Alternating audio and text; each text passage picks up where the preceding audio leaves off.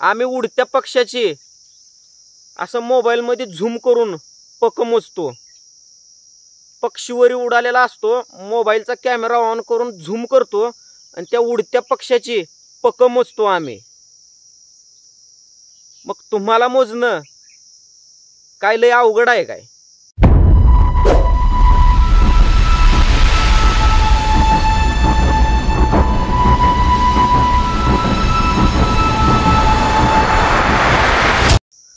आता काही लोकांना रवी शिंदेचा गुलाबजामुन खाल्ल्याशिवाय त्यांचं तोंडच गोड पडत नाही।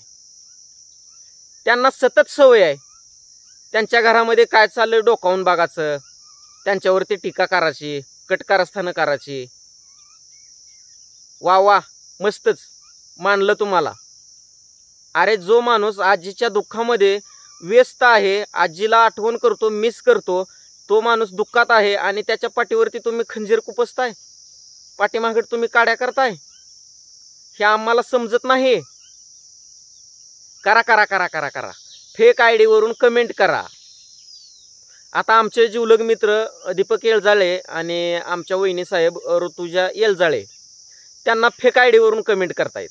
वा वा वा वा, मला त्या विरोधकांना सांगायचं आहे, तुम्ही फेक आयडी वरून कमेंट कशाला करताय? रिअल आयडी वरून कमेंट करण्याची तुमच्यात हिंमत नाही का? किंवा जर तुम्ही फेक आयडी वरून कमेंट करता असाल तर तुमच्या घरी काय फेक्या माणूस आला होता का? तुमच्या घरी ओरिजिनल माणूस नव्हता का? फेक आयडी वरून कमेंट करायला तुमच्या घरी फेक्या माणूस आला होता म्हणून तुम्ही लोकांना फेक आयडी वरून कमेंट करताय। हे सिद्धच होऊन जातंय तिथंच। आणि जास्त काय आपण आज बोलू शकतोय बरं का, आणि बोलणारच आहे, मी ठामपणे बोलणार आहे। ठामपणे आपण रविदादाच्या पाठीशी आहे। तर रवी शिंदे या प्रकरणात शांत आहे, ह्या प्रकरणाशी त्यांना काही घेणं देणं नाही, एकदम रिलॅक्स आहेत, ते दुःखामध्ये आहेत, व्यवस्थित ते आराम करतायत। तर नो प्रॉब्लेम, करू द्या त्यांना।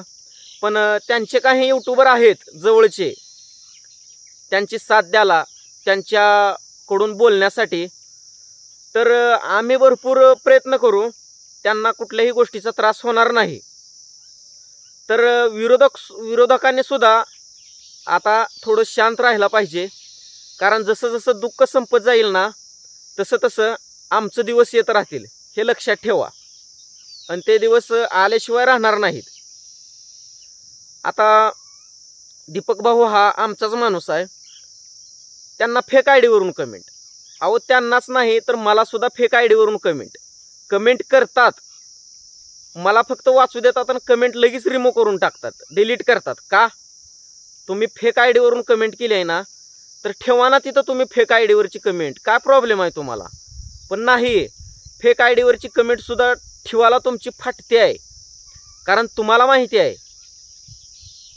नंदू मोरे कुठल्या स्तराला जाऊ शकतो। तुम्ही जरी फेक आयडी वरून कमेंट केली तर तुमचं ती आयडीचं नाव आम्ही सायबर पोलिसांना देऊ शकतो, आणि तुमच्या त्या आयडीला कुठला ईमेल वापरलाय, त्या ईमेलला कुठला मोबाईल नंबर वापरलाय, कुठलं लोकेशन आहे, कुठला मोबाईल आहे, हे आपल्याला सायबर पोलीस देऊ शकतात।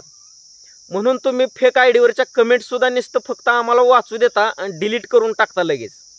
वा, फेक आयडीवरची सुद्धा तुम्हाला कमेंट ठेवायची पावर नाही, आणि कशाला पाठीमागे काड्या करताय? मग ह्याच्या घरात वाकून बघ, त्याच्या घरात वाकून बघ, अरे तुमचा दिवसच जात नाही।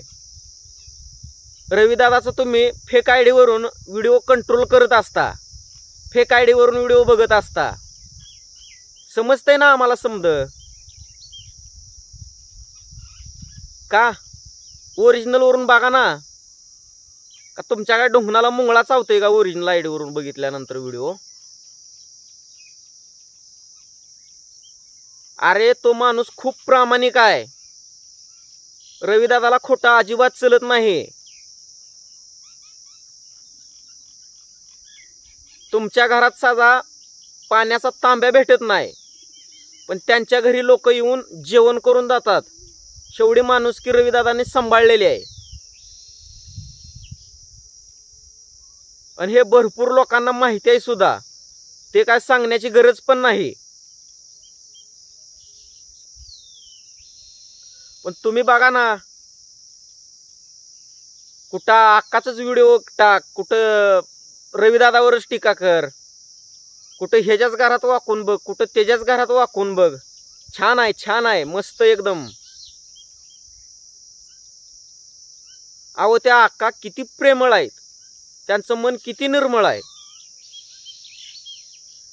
किती कष्ट करतात, किती मेहनत घेतात, हे तुमच्या डोळ्याला दिसत नाही का कधी?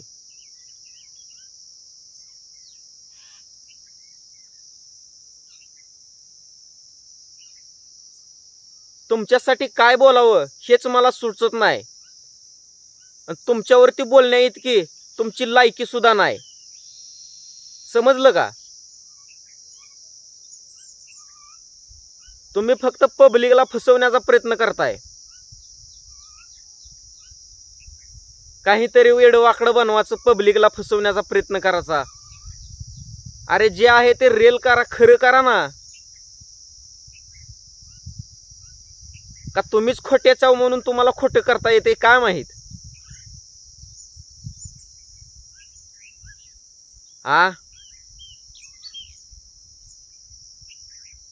असो, बोलायचं आहे मला, भरपूर बोलायचं आहे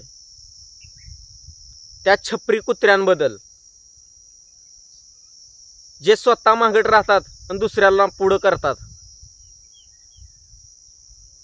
तुमच्यात हिंमतच नाही ना तुम्ही स्वतः सामोरे जाण्याची आणि पुढे येण्याची.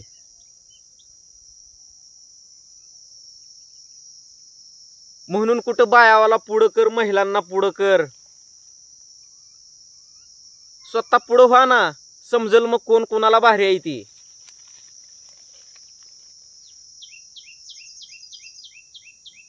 आणि आपला तर तुम्ही नादच करू नका. आपण भोंगळ नाचायला पण तयार आहे, त्यात काय विषयच नाही. जोपर्यंत व्यवस्थित आहे, शांत आहे ना, शांतच आहे. आणि आम्हाला शांतच राहू द्या.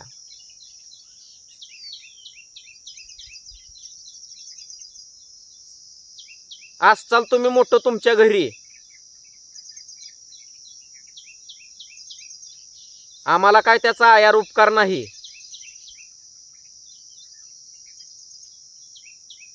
जे करायचं आहे ते करावं, जे पचतंय ते खावं, जे चांगलं आहे तेच लिहावं. पण नाही, तुम्हाला जास्त शहाणपणा करायची सवय आहे ना. जिथं नको तिथं डोकावून बघायचं. ह्याच्या तोंडात बोट घालून वास घे, त्याच्या तोंडात बोट घालून वास घे, त्याच्या घरात वाकून बघ. अरे काय लावलंय हे? का आम्हाला काय न समजण्या इतका हा विषय आहे का?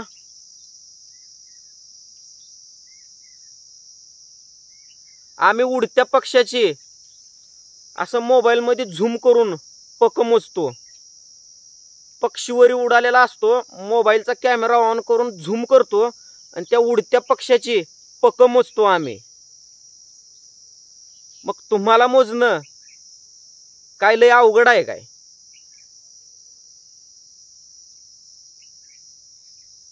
असो, शांतीत राहा आणि कटकार असताना काही करू नका.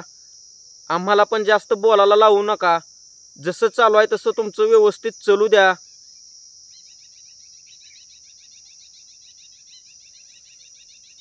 का तुम्हाला त्या पहिल्या काळातले झालंय? औरंगजेब स्वतःला शहनशाह बादशाह समजत होता, पण आपले छत्रपती संभाजीराजे त्यांना कवडी मोलाची किंमत देत होते. त्यांना बादशाह शहनशाह समजत नव्हते.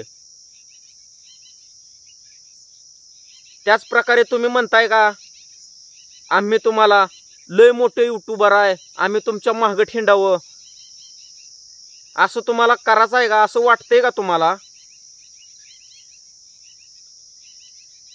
तर त्या औरंगजेबाच्या स्वप्नासारखं हे सुद्धा तुमचं स्वप्नच राहील.